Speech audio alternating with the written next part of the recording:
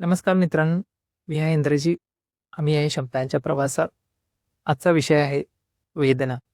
जीवनातल्या वेदना आपणाला काही क्षणासाठी तोडतात, पण हळूहळू आपणाला मजबूत बनवतात.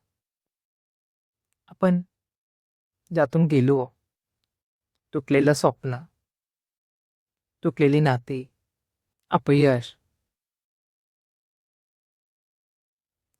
हे सगळं आपल्याला बदलतं. कधी आपणाला शांत बनवतं, कधी आपणाला अदलू बनवतं, कधी आपणाला नवीन दृष्टिकोन देतं. जे तुम्ही सहन केला आहात ते अजिबात वाया गेलं नाही. ते तुमच्या आयुष्यातला पाया बने, तुमच्या भविष्यातला शक्ती बने.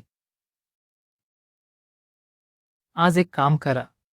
जे आपण सहन केलंय त्याच्याबद्दल समजार किंवा म्हणा की मी जे सहन केलंय त्याच्यामधून मी शिकतोय, मी मोठा होतोय, मी बदलतोय, मी चांगला होतोय.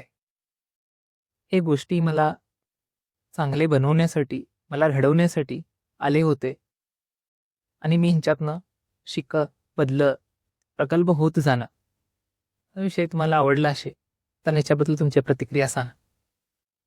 हा प्रवास असा सुरू ठेवी.